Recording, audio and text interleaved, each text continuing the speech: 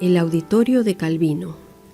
En esta visita guiada nos detendremos en sitios de Ginebra que demuestran la gran influencia internacional que ha tenido esta pequeña ciudad, tanto en la religión como en el desarrollo de los derechos humanos y también en la obra de las Naciones Unidas. Todo esto fue posible porque en el siglo XVI, durante la Reforma Protestante, la ciudad fue un centro de renovación religiosa. Durante nuestra visita prestaremos atención, ante todo, a la importancia de esta renovación sobre la sociedad. Su participación en esta visita apoya la labor de la Alianza Evangélica Mundial, World Evangelical Alliance, en sus proyectos en pro de derechos humanos. En este momento, usted se encuentra frente al auditorio de Calvino, donde en el siglo XVI los líderes de la Reforma Protestante, entre ellos Farel, Calvino, Beza y John Knox, se encontraron con refugiados de muchas partes de Europa. La Reforma buscaba una manera más personal de leer la Biblia y de formar a la Iglesia. No obstante, la Reforma no trataba únicamente de temas de Iglesia y de teología. Si hoy en día miramos los acontecimientos de aquella Ginebra, nos damos cuenta de las repercusiones que han tenido aquellas reuniones sobre la sociedad. Lo que se enseñó aquí en el siglo XVI ha tenido su efecto sobre los cambios y la modernización de la sociedad durante siglos posteriores. Los reformadores calvinistas se oponían al abuso del poder y, por lo tanto, esta oposición a los abusos fue su principal tema social. Ellos respetaban a las autoridades y no buscaban una revolución. En su opinión, el pueblo debía obedecer a su gobierno, a la vez que el mismo gobierno estaba obligado a obedecer las normas y las leyes. Los calvinistas se oponían a la tiranía y a la dictadura. Hoy en día podemos apreciar que esta resistencia representa un paso importante en el desarrollo de una nueva sociedad. Trataremos este tema más profundamente cuando lleguemos al muro de la Reforma.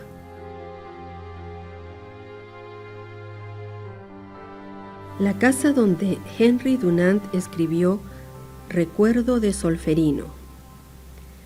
En este momento nos encontramos delante de la casa de Henry Dunant. Casi 3 siglos después de la muerte de Calvino, en el siglo XIX, nació en esta casa la primera organización internacional de beneficencia, la Cruz Roja.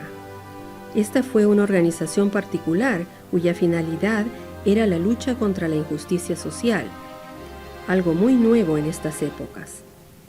Organizaciones semejantes se establecieron en otros sitios durante el siglo XIX, por ejemplo, el Ejército de Salvación. Ya de niño, a Henry Dunant, el fundador de la Cruz Roja, le interesaba lo espiritual. Con solo 14 años organizó un grupo de oración y soñaba con ser pastor capellán de prisión. La realidad fue otra. Dunant terminaría en el campo de batalla de Solferino. Lo que allí vivió contrastaba totalmente con sus conceptos de humanidad.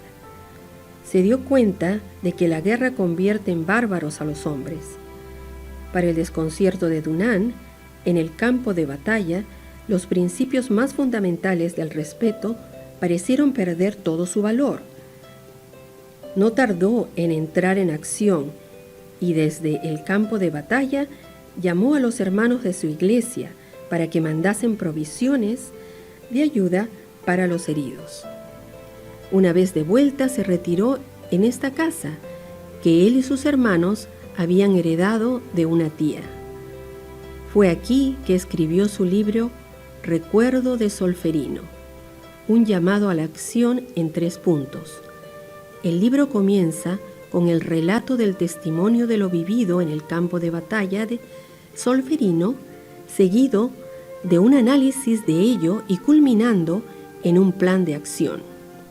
Este libro dio origen a la fundación de la Cruz Roja y también a los convenios de Ginebra, los cuales regulan las normas de guerra que hasta el día de hoy siguen siendo la piedra angular de los derechos humanos.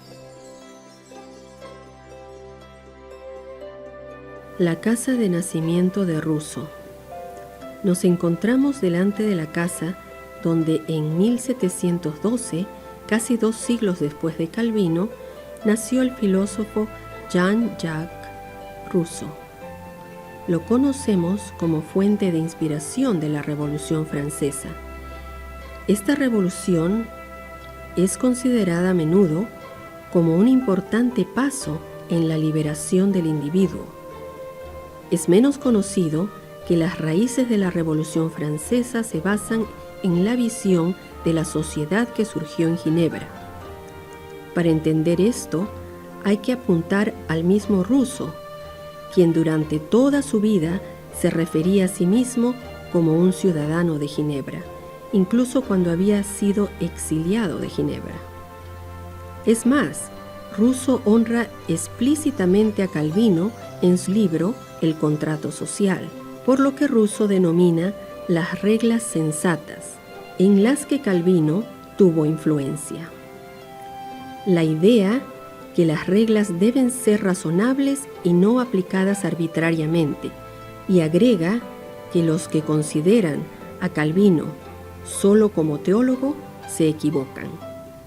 Además, Rousseau consultaba las obras de los calvinistas luchadores contra la tiranía y los escritos de los abogados calvinistas, que formaban parte de su biblioteca personal, notable para un hombre que había abandonado la fe cristiana en la que se había criado. Tal como lo había hecho Calvino, Rousseau enfatiza la conexión de la sociedad. En su obra El contrato social, él expresa cómo individuos de igual posición, juntos, deciden cómo se debe organizar y regular la sociedad. Tanto Calvino como Rousseau buscaban el bienestar público como prioridad.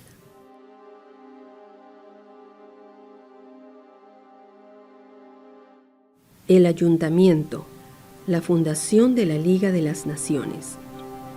Llama la atención que fue elegida Ginebra como la sede de la Liga de las Naciones y no La Haya, que contaba con el ya establecido Tribunal Internacional de Justicia. La razón se encuentra en la historia de Ginebra. El presidente Wilson de los Estados Unidos, iniciador del proyecto, tenía raíces calvinistas y era consciente que la lucha contra la tiranía había tenido un importante impulso en esta ciudad.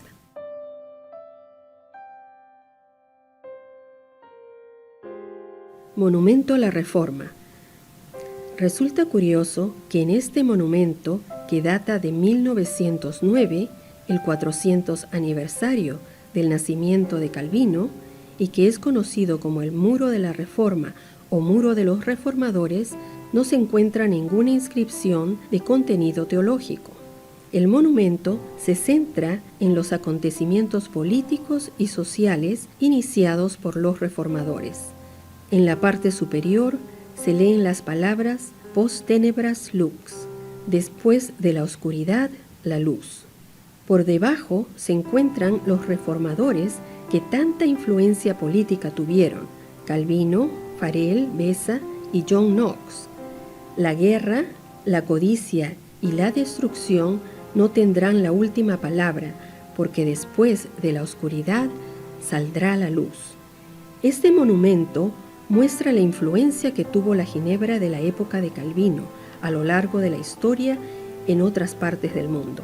A ambos lados del relieve que se ve de frente se lee lo que se pudiera llamar los Wikileaks del siglo XVI. Se trata de una cita de una carta diplomática que fue enviada por el gobierno inglés expresando su preocupación por el carisma del reformador John Knox. El embajador inglés escribe: «La voz de un solo hombre causa más efecto que un ejército de trompetas a nuestros oídos». Es decir, el gobierno inglés temía que la influencia de John Knox pudiera poner en peligro el orden establecido de la sociedad.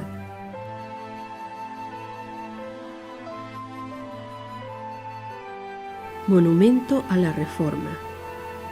Aquí nos encontramos con un relieve de los eventos en los Países Bajos. Recordar lo que los calvinistas, por ejemplo, en el auditorio de Calvino, enseñaban sobre la lucha contra la tiranía. Esta enseñanza cayó en tierra fértil en los Países Bajos, que se encontraban gobernados por España, y sirvió de semilla para la formación de los Países Bajos como nación. Aquí se lee una cita de la Declaración de la Independencia de los Países Bajos en 1581, que pone fin a la tiranía del gobernante español de la época. Se le declara claramente que sus ciudadanos no han sido creados por Dios para satisfacer al monarca, ni para serle sumisos en todo lo que él dicte, sea ley justa o injusta, ni para servirle de esclavos. Al contrario, el monarca existe para los ciudadanos, sin quienes no habría monarca y a quienes debe gobernar justa y razonablemente. Esta cita es un buen ejemplo de las ideas calvinistas contra la tiranía. La Declaración de Independencia de los Países Bajos inspiró además, 2 siglos más tarde, la Declaración de Independencia de los Estados Unidos. También en esta ocasión se trataba de rechazar a un monarca extranjero, a saber, el rey de Inglaterra. Todo ello demuestra las consecuencias trascendentales de lo que se enseñaba en el auditorio de Calvino.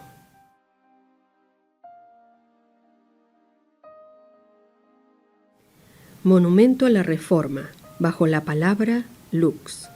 Aquí se retrata la historia de los padres peregrinos, un grupo de migrantes calvinistas ingleses quienes, para huir de la persecución religiosa que sufrían en su país, se atrevieron a cruzar el Atlántico hacia América del Norte en busca de libertad religiosa. Antes de irse para América, la mayoría de los primeros padres peregrinos había vivido por 11 años refugiados en los Países Bajos, de 1609 hasta 1620. En esta época, la conciencia nacional de los Países Bajos creció enormemente, algo que tuvo sin duda su influencia sobre los peregrinos. Antes de desembarcar en América, los padres peregrinos hicieron la declaración que se ve aquí, llena de términos típicamente calvinistas, como pacto y civil body politic, o cuerpo político civil, que se refiere a la organización política de ciudadanos. Por primera vez se estableció una alianza entre ciudadanos que serviría de base fundamental para la formación de una nueva nación.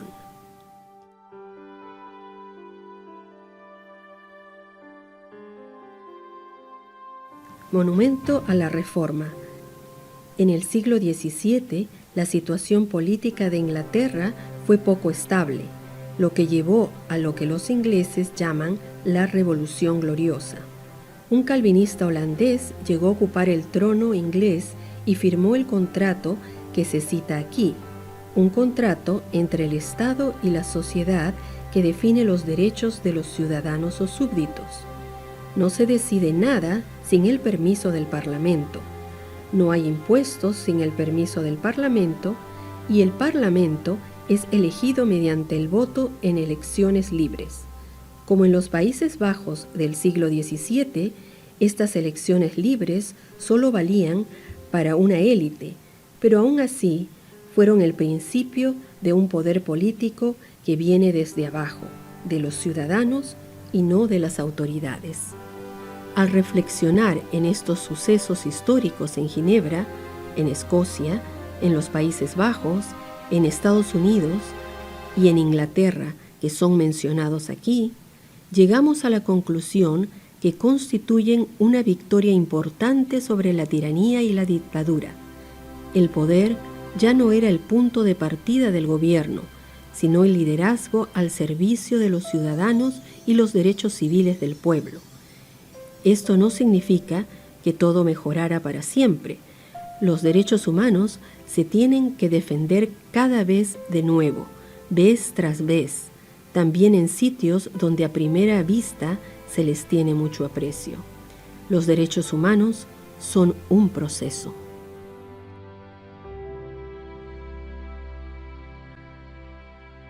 Templo del Auditorio, calle Tabasán. Nos detendremos un momento en la contribución de Henry Dunant.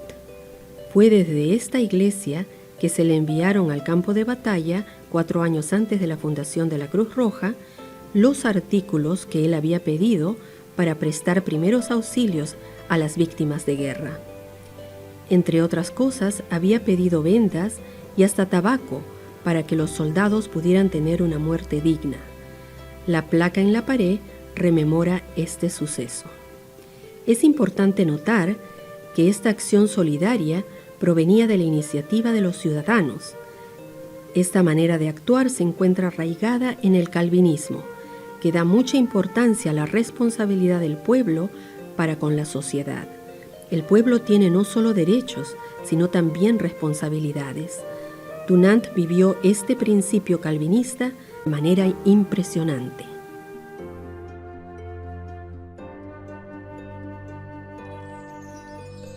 El Colegio Calvino.